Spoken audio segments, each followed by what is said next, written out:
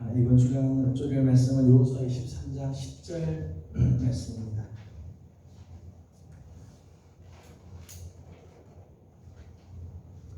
여호수아 23장 10절 말씀 이번 넉줄이고 예배로 나가도록 하겠습니다. 같이 헷줄입니다. 시작. 요즘 한 사람이 천명을 쫓으니 너희 하나님 여호와가 너희에게 말씀하신 것 같이 너희가 역사하시고 너희 중 한 사람이 천명을 쫓으니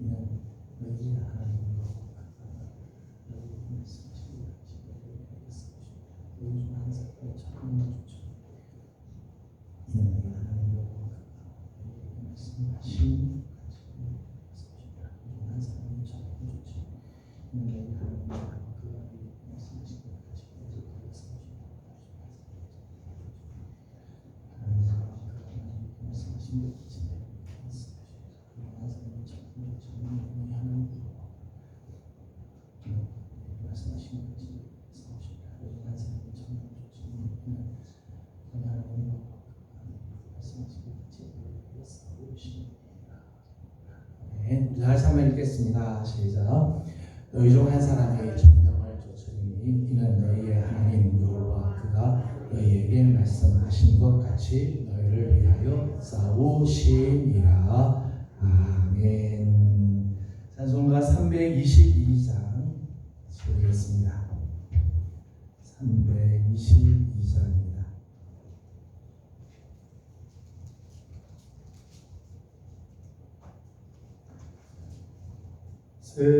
세상의 헛된 죄를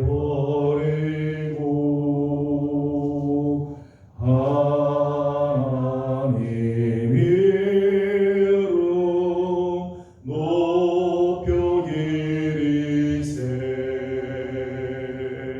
온 천하 백성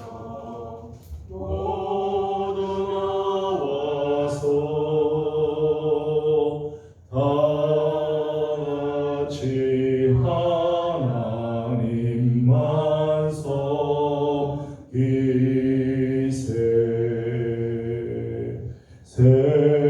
세상의 헛된 우상 버리고 인간의 모든 부귀 영화와 거짓과 불의 모두 버리고 온전히 하나님만 섬기세.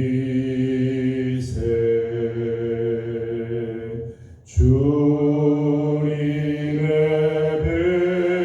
백성 서로 헤아려 시기와 미움 아주 버리고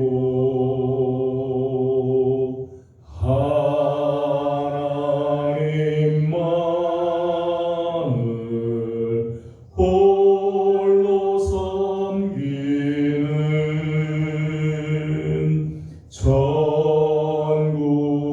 천국으로 서이로 주소서.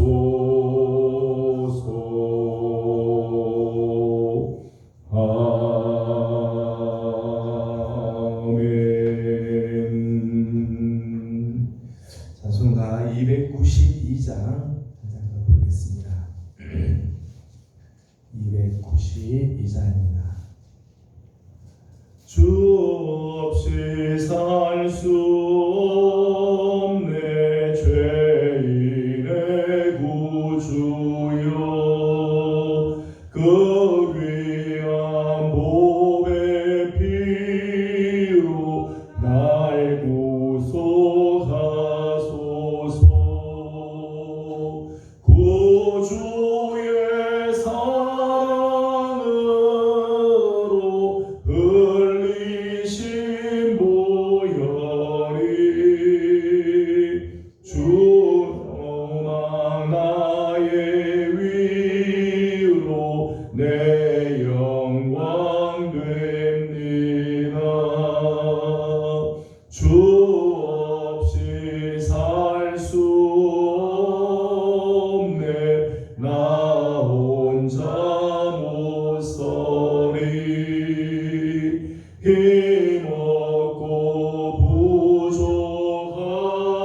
부족하며 지혜도 없도다. 내 주는 나의 생명 또 나의 힘이라. 주님을 의지하여 지혜를 얻으리. 주 없이 살 수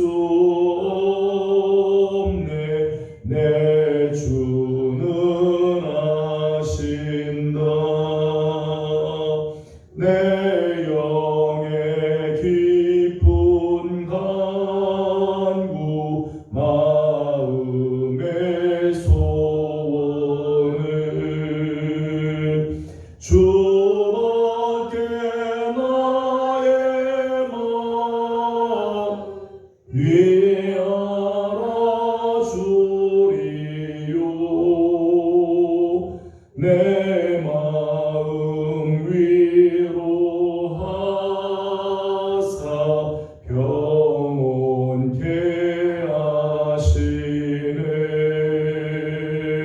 주 없이 살 수 없네 내 주는 아시고. 이 깊은 고독 속에 내 생명 끝나도 사나운 풍랑일 때 날 지켜주시니 내 곁에 계신 주님 늘 힘이 됩니다.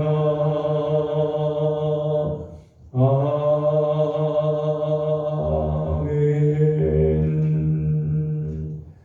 우리 잠깐 아멘까지 위해서 함께 기도하도록 하겠습니다. 또 우리 교회를 위해서 함께 기도해 주시기 바랍니다. 우리 교회는 복음의 사랑, 예배의 자로 하나님 앞에 서기를 소망하면서 우리 예배가 온전히 하나님 앞에 드려지는 예배가 되고 특별히 다음 세대들을 위해서 기도를 하고 있습니다. 지난주에 발표한 것처럼 이제 새 성전을 이제 준비하는 위원회가 준비가 되고 새 성전을 또 준비하고 있습니다. 하나님께서 선한 길들을 열어주시도록 시험에 함께 기도하기 원합니다. 오늘 우리의 예배를 하나님께서 기뻐 받으시고 우리의 예배가 하나님을 영화롭게 드리는 그런 거룩한 예배가 늘 될 수 있도록 특별히 오늘 드려지는 예배 속에 하나님이 함께 해주시도록 기도하고 우리 교회를 위해서 하나님께서 새 성전을 하나님께서 예배해 주시고 또 기도로 준비하며 하나님께서 선한 길들을 열어주시는 역사가 있도록 우리 함께 교회를 위해서 먼저 기도하도록 합니다. 기도하겠습니다. 걸어가시고 자비하신 우리 하나님 은혜와 사랑을 감사드립니다. 오늘 아침도 사랑하는 귀한 성도들을 주의 종으로 불러주시고 함께 하나님 앞에 엎드려 예배하게 하시고 찬양하게 하시고 기도하게 해주신 하나님 감사드립니다. 하나님 시간 특별히 하나님 우리 예명교회를 주님 앞에 올려드립니다. 하나님 복음의 사랑 예배자로 하나님께 온전히 서기를 소망하며 최선을 다해 최고의 예배로 하나님께 올려드리기를 우리 힘쓰고 잡니다. 아버지 하나님 정말 예배드리는 하나님 우리의 자세부터 시작하여 예배에 하나님 집중하는 우리의 삶이 되도록 하나님의 힘을 다합니다. 하나님 우리가 한번 예배를 드리어도 예수님의 생명으로 가득하고 예수님의 생명을 맛보며 예수님의 생명이 정말 우리 가운데 역사하는 그런 예배가 되어지기를 소망합니다. 하나님, 우리 예배 가운데 성령으로 기름 부어주시고 은혜를 내려 주시옵소서. 하나님, 오늘 아침도 우리 하나님께 드리는 우리 예배를 하나님께서 기뻐받아 주옵시고 성령 말씀께서 성령께서 말씀하여 주시며 우리 예배를 주관하시고 인도하시고 역사하시는 역사가 있도록 도와주시옵소서. 지난주부터 하나님, 우리 교회가 하나님 새 성전 준비위원회를 구성하게 하시고 발족하게 하여 주시니 감사드립니다. 같은 주의 종들에게 지혜를 더하여 주시고 능력을 더하여 주시고 하나님, 우리 교회 전체가 하나님 일을 위하여 기도로 준비하게 하여 주시며 물질을 준비하게 하여 주시고 우리의 눈을 열어서 하나님, 우리 교회의 적절한 건물도 만날 수 있도록 하나님께서 은혜를 허락하여 주시옵소서. 성령님 함께하여 주시기 원합니다. 주님의 거룩한 능력으로 우리 하나님 붙들어 주시고 지켜 주시옵소서. 이 시간 한 번 더 기도하도록 합니다. 다음 세대를 위해서 우리 기도하겠습니다. 우리 다음 세대들이 복음으로 일어나도록 우리 함께 기도하기 원합니다. 우리 자녀들이 세상에 다른 것들로 일어날 것들이 많지만 정말 중요한 건 복음으로 일어나는 일들입니다. 이제 6월달 소망부가 여름성경학교를 시작하면서부터 이제 각 교회학교가 여러 사역들이 진행이 되게 됩니다. 한 달 동안 하나님 앞에 기도하고 준비하며 하나님의 은혜를 구하고 있는데 하나님께서 우리 교회학교 가운데 역사하시고 하나님의 거룩한 뜻이 이루어지며 또 이번 귀한 여름 사역들을 통해서 교회학교가 부흥하는 역사들이 있도록 특별히 집중하여서 다음 세대를 위하여 기도하도록 합니다. 기도하겠습니다. 귀하신 우리 아버지 하나님 감사합니다. 아버지 하나님, 시간 특별히 하나님 우리에게 하나님 허락해 주신 우리의 자녀들의 세대들을 하나님께 올려드리며 아버지, 우리 다음 세대들이 하나님 말씀 안에서 온전히 살아가고 믿음으로 성장해가며 하나님께서 기뻐하시는 귀한 역사들을 하나님 이루어갈 수 있도록 우리 하나님께서 도우시고 사랑하여 주시옵소서. 성령님께서 친히 주관하여 주시기 원합니다. 아버지 하나님, 6월 23일부터 하나님 소망부가 하나님 여름 사역이 시작이 되고 여름 성경학교가 시작이 됩니다. 하나님 일요일날 시작해서 아버지 하나님의 영아부와 육실부 아동부가 하나님 연합하여 하나님 성경학교를 지으며 중고등부 여름 수련을 떠나며 청년들이 하나님 여름 수련을 준비합니다. 기도로 준비하고 있사오니 하나님, 기도하는 동안에 하나님 부흥의 역사들이 일어나게 하여 주시고 깨어나게 하여 주옵시며 많은 영혼들이 참여하게 하여 주옵시고 하나님께서 기뻐하시는 거룩한 역사들이 이루어지도록 우리 하나님께서 복을 내려 주시옵소서. 성령님 함께하여 주시기 원합니다. 하나님의 능력의 손길로 하나님의 다음 세대들이 일어나게 하여 주시고 복음으로 일어나게 하여 주옵소서. 하나님의 말씀으로 일어나게 하여 주옵시고 하나님께서 원하시는 거룩한 비전을 품고 하나님의 뜻을 향하여 나아가는 하나님 귀한 자녀 세대들이 되도록 우리 하나님께서 붙들어 주시옵소서. 성령님 함께하여 주시고 역사하여 주시기를 소망합니다.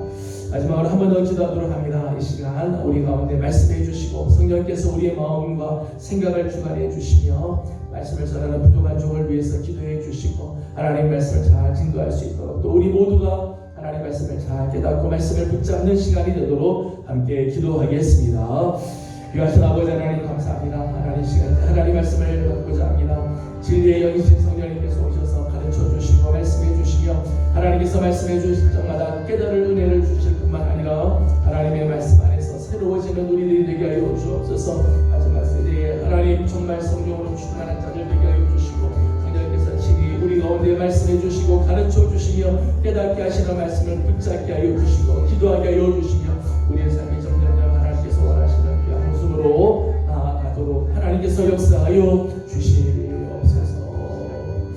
귀하신 우리 아버지 하나님, 은혜와 사랑을 감사드립니다. 주일을 지나고 또 저희들의 삶을 주관하여 주셨다가 수요일 오전 시간 작정한 시간에 주님 앞에 나와 예배하게 하시고 주님 앞에 경배하게 하여 주시니 감사드립니다. 우리의 예배를 하나님 기뻐받아 주옵시고 올 한 해 우리 교회가 복음의 사람으로 예배자로 하나님 앞에 서고자 합니다. 최선을 다하여 최고의 예배를 하나님 앞에 드리도록 늘 조심하게 하시고 늘 마음을 다하고 뜻을 다하여 우리 하나님을 예배하는 우리 예배가 되게 하여 주시옵소서. 성령께서 친히 주관하여 주셔서 영과 진리로 예배함으로 하나님은 영광 받아 주옵시고 우리 모두에게는 은혜가 되는 예배가 되게 해 주시옵소서. 아버지 하나님, 특별히 교회가 하나님 새 성전을 준비하기 위하여 귀한 위원회를 발족하였습니다. 하나님 맡겨주신 귀한 사명 잘 감당하게 하여 주시고 세우신 귀한 종들에게 지혜와 은혜와 능력을 더하여 주시며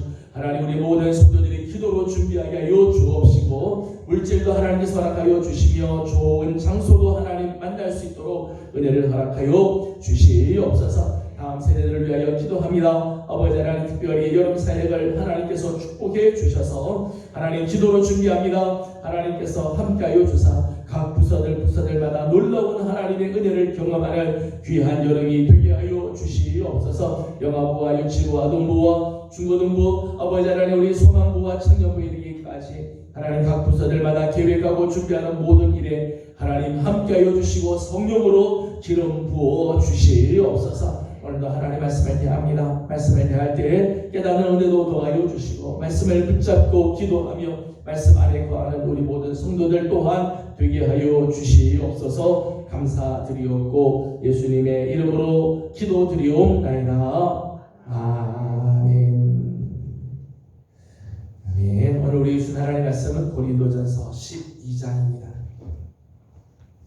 고린도전서 12장 1절에서 31절까지 함께 교독하겠습니다. 고린도전서 12장 1절입니다. 형제들아, 신령한 것에 대하여 나는 너희가 알지 못하기를 원하지 아니하노니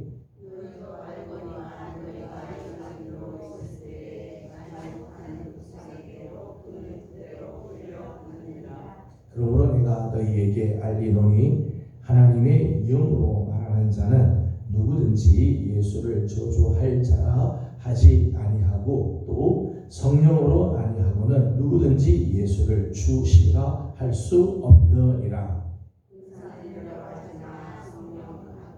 직분은 여러 가지나 주는 같으며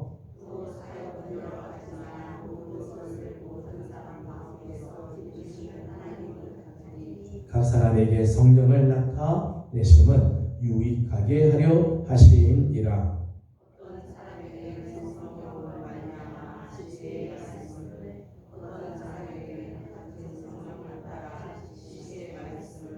다른 사람에게는 같은 성령으로 믿음을, 어떤 사람에게는 한 성령으로 병 고치는 은사를,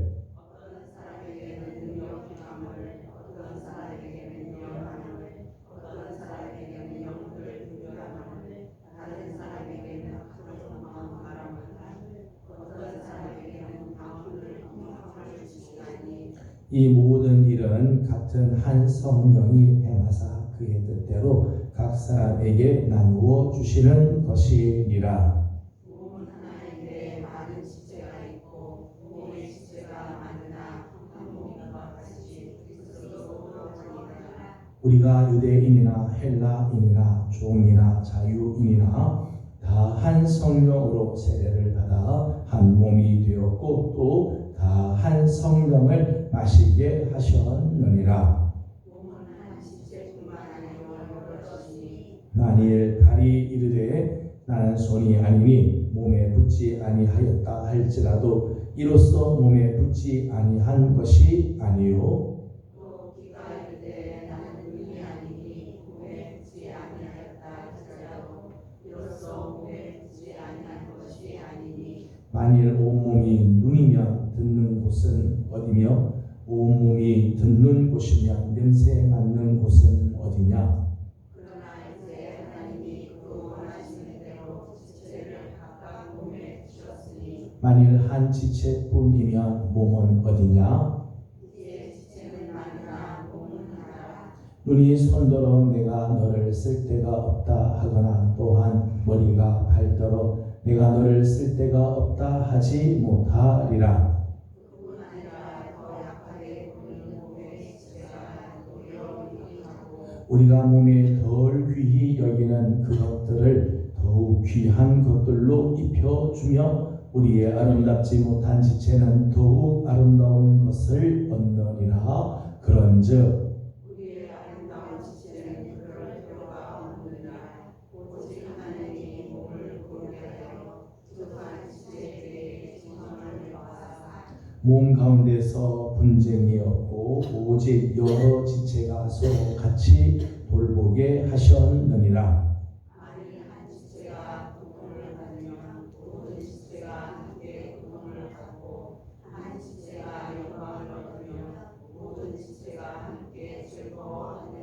너희는 그리스도의 몸이요 지체의 각 부분이라. 하나님이 교회 중에 볕을 세우셨으니 첫째는 사도요 둘째는 선지자요 셋째는 교사요 그 다음 운동을 활만하는 자요 그 다음 운동으로 질병사와 서로 돕는 것과 다스리는 것과 각종 방언을 말하는 것이라.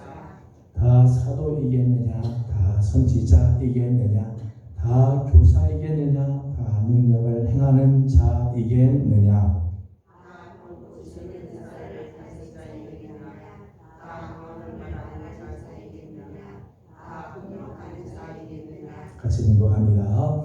너희는 더욱 큰 은사를 사모하라. 내가 또한 가장 좋은 길을 너희에게 보이리라. 아멘.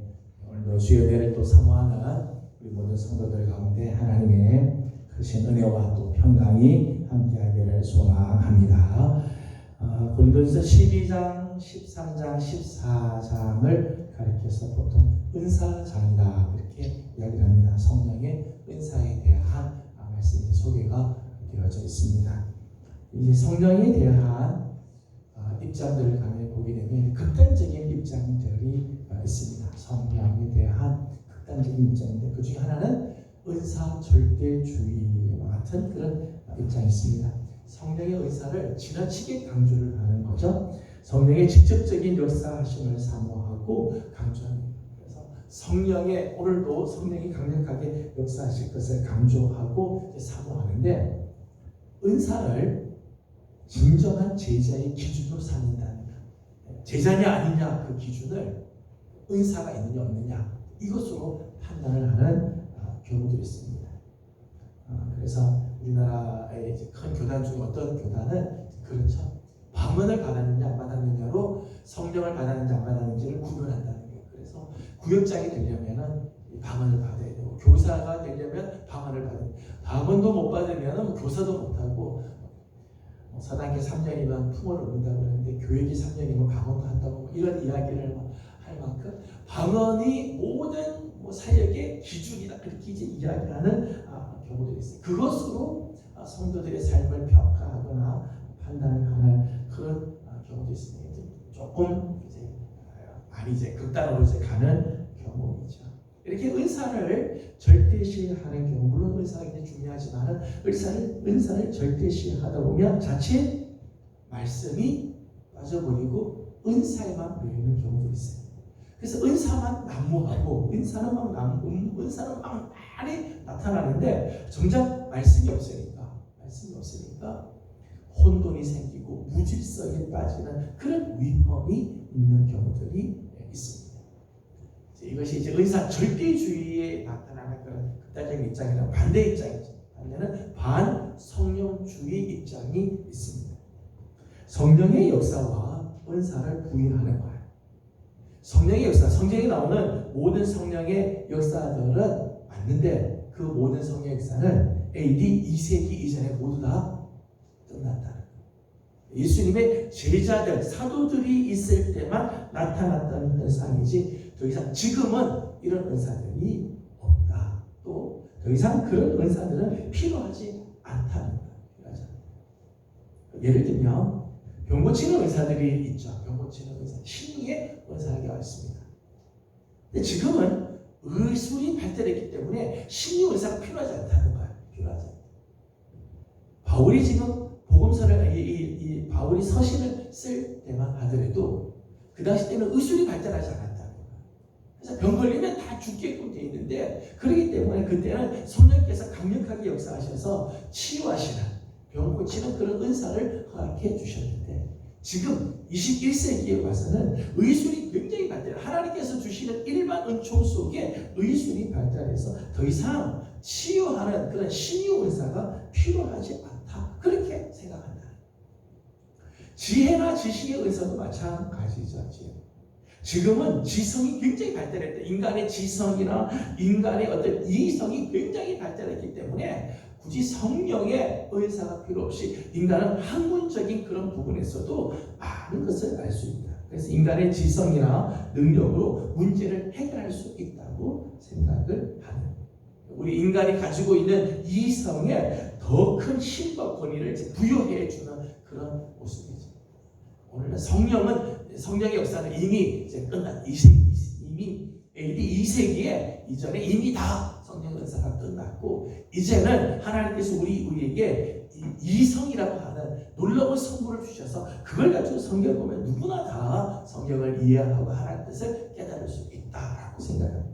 반성령주의적인 입장, 은사 절대주의의 입장도 극단적인 모습이고요. 반성령주의 역시 극단적인 그런 모습입니다. 1절 말씀을 보면 바울이 고린도 교회에게 이런 편지를 냈습니다. 1절을 같이 읽겠습니다. 시작. 형제들아, 신령한 것에 대하여 나는 너희가 알지 못하기를 원하지 아니하노니. 아멘. 1절의 말씀 보면 너희 형제들아, 신령한 것에 대해서는 너희가 알지 못하기를 원하지 않는다. 너희들은 신령한 것에 대해서 알아야 한다. 이때 말하는 신령한 것이라고 하는 것은 성령의 은사와 성령의 사역에 대해서 말씀하는 거예요. 너희들이 성령의 사역에 대해서 잘 알기를 원한다. 성령의 은사에 대해서 분명히 알기를 원한다 라고 바울이 말하고 있는 거죠. 왜냐하면 이걸 분명히 알지 못하면 극단적인 입장에 서기 때문에. 그런데 지금 12장 1절에 있는 이 말씀은 바울이 당시에 있는 사람들에게만 주신 말씀이 아니죠. 하나님 말씀은 어제나 오늘이나 영원토록 동일하시기 때문에 이 말씀 오늘 우리에게도 동일하게 주시는 말씀. 오늘 성령의 사역하심, 성령의 은사에 대해서 우리가 정확하게 알아야 돼요. 왜요? 오늘도 성령은 역사하시기 때문이죠. 성령의 사역, 성령이 역사하시는 성령의 사역을 크게 세 가지로 우리는 볼 수 있습니다. 하나는 첫 번째는 고유한 사역이 있어요. 성령이 하시는 아주 고유한 사역이 있습니다. 그 고유한 사역은 뭔가 하면 계시 사역과 조명 사역이에요. 계시 사역과 조명 사역. 성령의 아주 고유한 사역이죠. 계시 사역이라고 하는 것은 하나님의 말씀을 우리에게 주시는 거예요. 디모데후서 말씀을 보게 되면 모든 성경은 하나님의 감동으로 되었다. 그렇게 했어요. 하나님의 감동. 이 성경을 하나님께서 우리에게 주시는데 이 성경 66권의 이 모든 말씀은 성령의 감동, 하나님의 감동이 됐다. 이 말씀은 하나님의 영에 의해서 쓰여졌다. 그런 뜻이죠. 성경의 말씀을 우리에게 계시해 주셨는데, 성경을 통해 하나님의 뜻을 우리에게 계시해 주시는데 그 계시해 하신 일에 가장 결정적인 역할을 하신 분이 성령 하나님이시라는 거예요. 그래서 성경을 기록하게 하실 뿐만 아니라 오늘 우리가 이 성경을 볼 때 성경을 깨닫게 해주시는 그것을 조명 사역이라고 해요. 빛을 비추어서 우리로 하여금 그 뜻을 알게 하는 것, 그것을 조명하신, 그렇게 이야기를 하는 거죠. 오늘 우리가 성경 말씀을 읽을 때 인간의 이성으로 성경을 다 이해하느냐? 그렇지 않아요. 인간의 이성을 가지고 성경을 다 파악하느냐? 그렇지 않아요. 하나님의 말씀은 하나님의 영으로만 깨닫게 되죠. 우리가 공부했습니다만은 하나님의 영만이, 하나님의 영이 하나님의 그 뜻을 가장 정확하게 우리에게 알려주시는 거죠. 성경을 쓰게 하실 뿐만 아니라 이 성경이 뭘 말하는가, 오늘 하나님은 우리에게 무엇을 말씀하시는가를 우리에게 알려주시는 사역이 성령의 고유한 사역, 계시 사역과 조명 사역이라고 말을 하죠. 두 번째는 교회를 위한 사역이 있습니다. 교회를 위한 사역. 교회를 위한 사역은 은사를 나누어 주어서 그리스도의 몸된 교회를 세워가는 역사예요. 성령의 하시는 역사죠. 각각 성도들에게 각자에게 주시는 하나님의 은사가 있어요. 그 은사를 통해서 그리스도의 몸된 교회를 세워, 교회가 온전하게 세워가고 성도가 서로 힘이 되어주고 하는 그런 역사를 해주십니다. 교회를 위한 사역입니다. 세 번째는 성도를 위한 사역이 있습니다. 성도를 위한 사역은 성도 각 개개인으로 하여금 확신하게 하는, 하나님의 말씀에 대해서 확신을 가지고 믿음으로 나가게 하는 일들, 각각 개인들이 하나님 앞에서 거룩한 삶, 성결한 삶을 살게 하는 일들, 믿음을 끝까지 지키고 어려운 시련이 있고 어려운 문제가 있어도 끝까지 견디어내게 하는 견 이게 다 성령께서 하시는 일이죠. 오늘 우리로 하여금 믿음을 확실하게 가지고 거룩한 삶을 살게 할 뿐만 아니라 우리에게 주신 믿음을 끝까지 지켜가고 견디도록 하는 사역. 이제 성령께서 하시는 사역. 성령께서 하시는 사역은 크게 세 가지. 고유한 사역이 있고, 교회를 위한 사역이 있고, 성도들 한 사람 한 사람 개개인을 위해서 하시는 사역이 있다는 것. 오늘 그 중에 두 가지를 잠깐 생각을 하려고 합니다. 성령의 역사하심에 대한 부분들 두 가지를 보겠습니다. 3절 말씀을 다 같이 읽도록 하겠습니다. 3절입니다. 시작. 그러므로 내가 너희에게 알리노니 하나님의 영으로 말하는 자는 누구든지 예수를 저주할 자라 하지 아니하고 또 성령으로 예수를 주시라 할 수 없느니라. 아멘. 성령의 가장 중요한 사역은요, 예수가 하나님의 아들이심을 증거하는, 예수가 하나님이다, 예수가 그리스도이시다, 주와 그리스도가 되심을 증거하는 사역. 이것이 성령이 가장 중요한 사역입니다.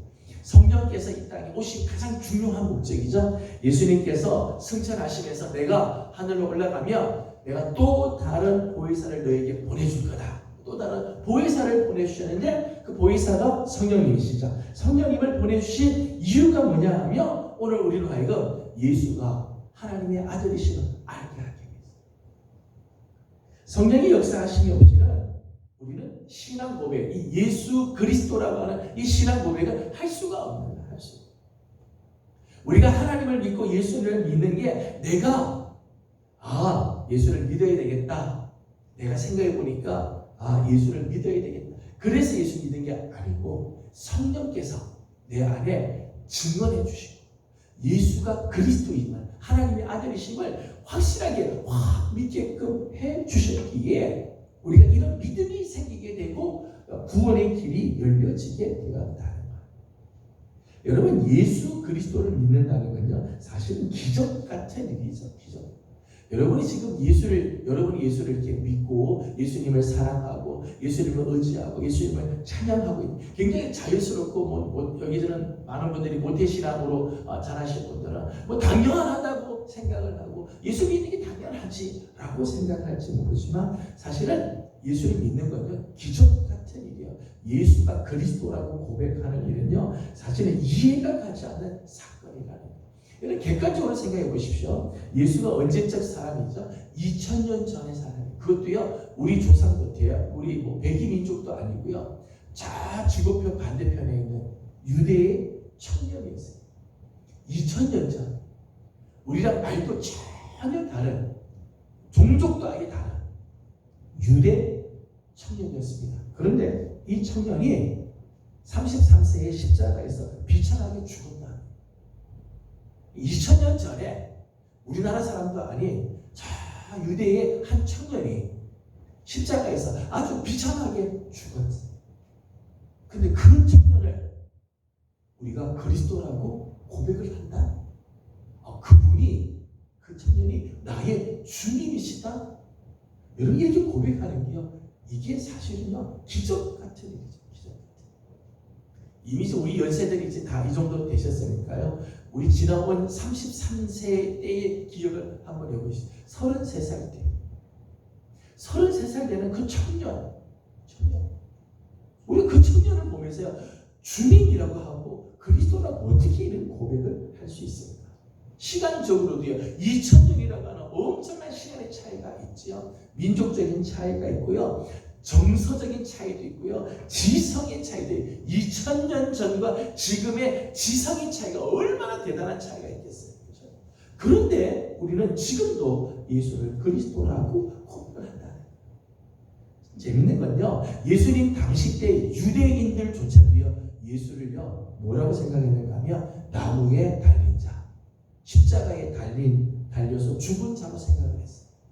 유대인들에게 있어서 나무에 달린 자는, 나무에 달려 죽은 자는 하나님의 저주를 받은 사람이에요. 하나님께 저주를 받은 자는요, 그냥 땅에 묻지 않아요. 저주를 받아 죽으면요, 나무에 딱 걸어놔요. 사람들로 알고 오며 가며 보게 해요. 하나님께 저주받은 자는 이렇게 된다 해서 나무에 달린 자는 하나님께 저주받은 자의 표상이 되게 된다. 당시 예수님께서 십자가에서 죽으셨을 때 유대인들은 뭐라고 생각했는가 하면 하나님께 저주를 받아서 죽었구나 그렇게 생각했대요. 유대인들조차. 예수님께서 계셨던 그 당시 때 지금 바울이 복음을 전하고 있어요. 그 당시 때 헬라 사람들은 십자가에 못 박힌 예수를요 뭐라고 생각했는가 하면 미련한 사람이라고 생각했어요. 야 어떻게 하나님의 아들로 온 사람이 인간에게 죽임을 당하냐? 야 어떻게 그렇게 유약하고 미련할 수가 있냐? 그렇게 생각했다는 거예요. 십자가에 못 박히신 예수를 헬라 사람들은 미련한 사람이다 라고 생각했어요. 그런데 우리는 뭐라고 고백하죠? 그 예수를 우리는 주님이시다 그리스도라고 고백하고 오늘도 우리는 예수 그리스도 고백하고 주님이라고 부르고 그 주님을 사랑한다고 고백하고 그 주님이 오늘 우리의 삶을 이끌어 주시도록 우리는 늘 그 주님 앞에 주님의 이름으로 기도하고 있잖아요. 이게 너무너무 자연스럽게 되고 있잖아요. 이게 어떻게 이런 일들이 일어날 수 있는가? 어떻게 일어나요? 다른 일이 아니에요. 우리가 지성으로 알아서요. 내가 여러 가지 연구해 보니까 믿을만 했어요. 아니에요. 성령께서 가르쳐 주시고 성령께서 내 안에서 예수가 그리스도라고 신기하게 해 주셨기 때문에 우리가 예수님을 그리스도라고 고백하는. 여러분 세상에요. 사람들이 예수님을 그리스도라고 고백하고 싶어도요. 사람들이 마음대로 고백이 안 돼요. 예수는 그리스도입니다. 고백해보라. 고백이 안 돼요. 성령께서 역사해 주지 않는 한 절대 이런 고백이 나올 수가 없다는 거예요. 오늘 3절에 있는 말씀이죠. 성령으로 아니하고는 누구든지 예수를 주라 시인할 수 없다. 여러분 우리가 예수님을 주님이라고 시인하는 건요. 성령께서 내 안에서 예수가 주님이라고 가르쳐 주니까 시인하게 되는 거죠. 성령이 역사하지 않으면 모른다는 거예요. 요한복음을 함께 보겠습니다. 요한복음 15장입니다. 요한복음 15장 26절 같이 보겠습니다. 요한복음 15장 26절 같이 보겠습니다. 시작. 내가 아버지께로부터 너희에게 보낼 보혜사 곧 아버지께로부터 나오시는 진리의 성령이 오실 때에 그가 나를 증언하실 것이요. 아멘. 성령을 가리켜서 진리의 성령 이렇게죠. 진리의 성령. 그분이 오시면 뭘 하는가 하면 그가 나를 증언할 거다. 예수님에 대해서 증언해 줄 거라는 거예요. 예수님을 수많은 사람들이 만나죠. 예수님 당시 때도 수많은 사람들이 예수님을 만났습니다. 예수님의 기적을 보았습니다. 예수님의 말씀을 들었습니다. 예수님을 보고 만졌습니다. 그러나 예수님의 기적 보고 예수님의 말씀을 들었다고 다 그들이 예수님을 믿었던가요? 아니죠. 다 예수님을 주님이라고 고백하는가요? 그렇지 않습니다. 누가 고백하는가 하면 성령께서 예수가 주라고 가르쳐 준 사람 아니에요. 우리는 예수를 주라고 고백하게 됩니다. 예수님을 고백하고 그리스도를 증언하는 사역이 성령의 아주 중요한 사역이지요. 16장 요한복음 16장 13절에도 그렇게 되어 있어요. 요한복음 16장 13절 말씀 제가 읽겠습니다. 그러나 진리의 성령이 오시며 그가 너희를 모든 진리 가운데로 인도하시리니 그가 스스로 말하지 않고 오직 들은 것을 말하며 장래 일을 너희에게 알리시리라. 아멘. 진리의 성령이 오시면 우리를 진리 가운데로 이끌어 주신다 말씀하시죠. 이런 의미에서 여러분 우리의 믿음, 우리의 구원은요 우리의 능력이나 우리의 실력으로 얻은 게 아니에요. 여러분이 구원을 얻게 된 건요 여러분이 능력이 있어서 구원을 얻은 게 아니에요. 내가 예수를 믿을 수 있는 것은 내가 똑똑해서 예수를 믿은 게 아니라 전적인 하나님의 은혜고 하나님께서 가르쳐 주셨기에 성령께서 가르쳐 주셨기에 믿음도 생기고 구원도 이렇게 되어지는 거죠. 하나님의 전적인 은혜에 의해서 우리는 믿음을 얻게 되었습니다. 그래서 에베소서 말씀에는 이렇게 말씀합니다. 에베소서 2장 8절을 같이 읽겠습니다. 에베소서 2장 8절을 같이 읽겠습니다. 에베소서 2장 8절입니다. 시작. 너희는 그 은혜에 의하여 믿음으로 말미암아 구원을 받았으니 이것은 너희에게서 난 것이 아니요 하나님의 선물이라. 아멘. 8절에 이렇게 말씀하죠. 너희는 그 은혜에 의하여 믿음으로 말미암아 구원을 받았다. 우리가 구원을 받는 데는요, 믿음으로 말미암아 구원을 받습니다. 다른 것은 아니에요. 믿음으로 말미암아 구원을 받아요. 그런데 그 믿음조차도 은혜에 의하여, 은혜로 하나님 우리에게 믿음을 주시니까 그 믿음으로 구원을 얻게 되어진다. 믿음은 내가 만들어내는 게 아닙니다. 믿음은 내가 지식으로 쌓아두어서 믿음이 생기는 게 아니죠. 성령님께서 우리에게 선물로 주셔서 우리로 알게 하고 시인하게 해 주시는 거죠. 이것이 성령의 그리스도를 증언하는 놀라운 사역입니다. 성령이 임하는 곳에는 반드시 예수님을 그리스도라고 고백하는 일들이 있어요.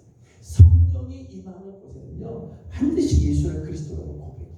성령이 역사하느냐, 악한 영이 역사하느냐의 기준이야 여기 있죠. 예수를 그리스도라고 고백하는 곳은 성령이 계시는 곳이에요.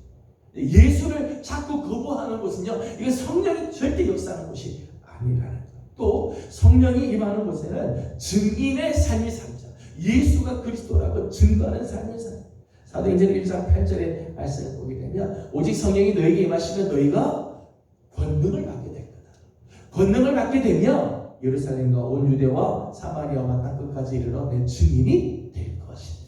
성령이 임하시면, 성령이 우리 안에 임하시면 반드시 나타나는군요.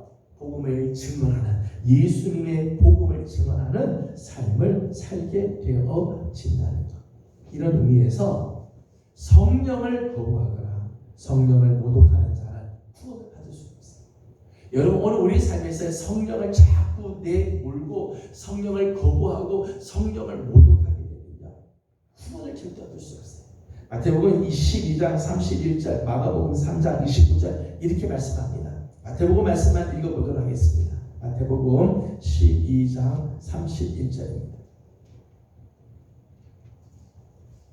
마태복음 12장 31절을 같이 읽겠습니다. 12장 31절 다 같이 읽습니다. 시작.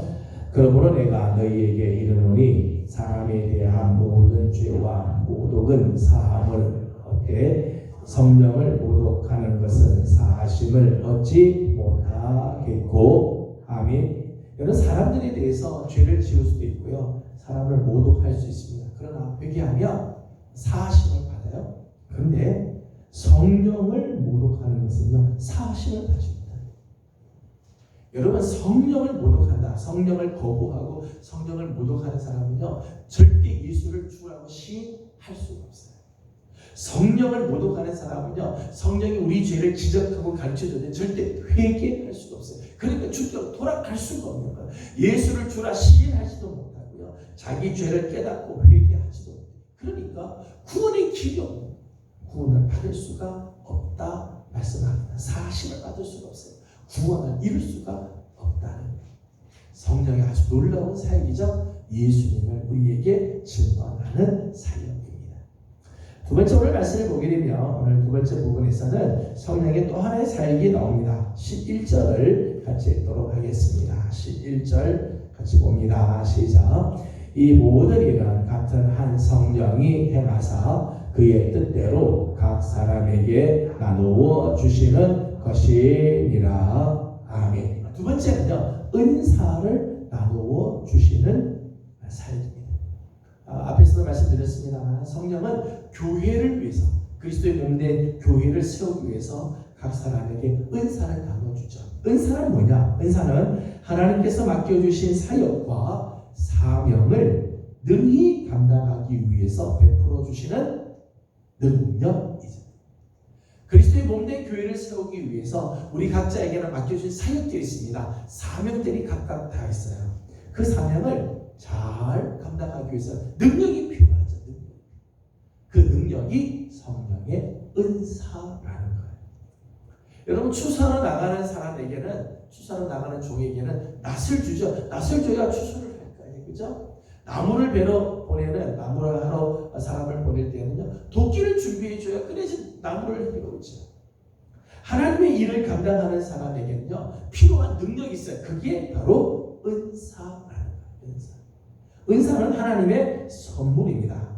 선물입니다. 오늘 11절의 말씀을 보게 되면 그 은사는 성령께서 당신의 뜻대로 나누어 주신다. 11절에 그렇게 있죠. 그의 뜻대로 각 사람에게 나누어 주시는 것이다. 성령의 은사는요 내가 원한다고 해서 얻는 게 아니고요 내게 필요한 것을 성령께서 주시죠. 교회를 위해서 어떤 은사가 필요한가 각각에는 하나님께서 필요로 하시는 그런 은사들 다 나누어 주셨다는 거예요. 성도들 중에는요 은사가 없는 사람은 아무도 없습니다. 예수 그리스도를 믿고 그리스도의 지체에 들어오는 이상 우리에게는 다 필요한 사역들이 있고 사역을 위한 은사들이 있습니다. 다음 시간에 보겠습니다만 우리는 모든 사람들은 그리스도의 몸의 지체들이에요. 다 지체. 그래서 다 우리가 해야 할 일들이 있습니다. 그 일을 감당하기 위해서는 은사를 다 주셨다는 거예요. 때문에 그 은사는 성령께서 각 사람에게 필요한 대로 다 주셨어요. 성령이 뜻하신 대로 주었습니다. 때문에 다른 사람의 은사와 비교해서 우월감에 빠지거나 혹은 열등감에 빠질 필요가 없어요. 아유 나는 이런 은사인데 이거 뭐 별로 필요하지 않아. 이거 뭐 있어만 하는 은사 아닌가? 아니요 그렇지 않아요. 다른 사람 보면 뭐 대단한 은사를 가지고 있는 것처럼 보이고 좀 적어도 저 정도는 갖고 있어야지 뭐 교회에서 일한다고 말하지 않을까? 그렇지 않다. 성령께서 각 사람에게 필요한 은사를 주셨고 내게 주신 은사를 사용하며 그 은사를 최대한 잘 활용하며 그리스도의 몸된 교회를 세워가게 되는 고린도 교회의 문제가 바로 여기 있습니다. 고린도 교회는 많은 은사가 있었어요. 은사를 정말 많이 받았다는 것. 은사를 많이 받기는 받았지만 질서를 잃어버렸어요. 은사와 은사끼리 서로 싸우고 갈등하고 누가 더 크냐 누가 더 높으냐 너는 필요 있네 필요 없네 이런 이야기를 하면서 질서를 잃어버리니까 교회 안에 혼돈이 생기고 은사자들이 교만에 빠지게 되고 서로를 정죄하는 죄를 짓게 되었다. 이게 고린도 교회의 큰 문제. 은사를 받았으니까 얼마나 대단해요. 은사를 받았으니까 능력들이 있는데 그 능력들이 컨트롤이 안 돼요. 능력은 있는데 서로 갈등하고 이렇게 긴장하고 그래서 그리스도의 몸이 오히려 세워지는 게 아니라 그리스도의 몸을 무너뜨리는 일들을 행하여 나는 거예요. 그래서 바울은 은사에 대해서 정말 바로 깨닫기를 원하고 있는 거죠. 여러분 은사는 사역을 수행하기 위해 주시는 능력이라고 말씀을 드렸어요. 이런 성령의 은사는 성령께서 우리에게 주시는 능력이지 인격이 아니에요. 은사를 받았다고 이 사람이 성숙한 그리스도인이냐? 그렇잖아요. 예수를 간 믿어도요 필요하면 성령께서 은사를 주세요. 능력들이 나타날 수 있습니다. 오랜 신앙생활을 해도요 큰 은사들이 나타나지 않는 경우들도 있어요. 그런데 차이점이 있습니다. 신앙의 인격은요 성령의 은사와는 상관없다. 은사는 별로 없는 것 같아도요 오랜 신앙생활하면서 말씀 안에서 순종하고 성령을 늘 사모하고 성령의 말씀에 늘 순종하고 살아가는 사람은 신앙의 인격, 성숙과 성장의 모습들이 나타납니다. 아무리 은사가 있어도요 하나님의 말씀에 근거되지 않으면 말씀에 순종하는 삶을 살지 않으면 은사는 있지만 성숙하지 못한 사람들이 있어요. 능력은 막 나타나는데 성장이 되지 않는 경우가 있어요. 때문에 은사는 성도들의 성숙이나 성장의 척도가 아니에요. 인격의 척도도 아니고요. 성숙의 척도도 아니에요. 은사가 많으면 성숙했구나. 은사가 없으면 미숙하구나. 그렇게 말할 수가 없다는 거예요. 성숙과 상관없이 성령께서 원하시는 대로 나누어 주시는 거예요. 7절의 말씀을 보게 되면 성령의 은사를 이렇게 소개를 했습니다. 7절을 같이 읽겠습니다. 시작. 각 사람에게 성령을 나타내심은 유익하게 하려 하심이라. 아멘. 은사는 뭐냐? 은사는 각 사람에게 성령께서 당신을 나타내시는 게 은사예요. 성령께서 오늘 우리를 통해서 일하실 때 성령이 우리를 통해서 나타나시는 게 은사고, 나타나시는 모양들이 은사의 여러 가지 모습이라는 거예요. 어떤 사람에게는 지혜로, 어떤 사람에게는 지식으로, 어떤 사람에게는 믿음으로, 병고침으로, 능력으로, 예언으로, 영 분별함으로, 방언을 통변함으로. 성령께서 나를 통해서 우리 교회에 필요한 역사들을 행하시는 거죠. 그게 바로 은사예요.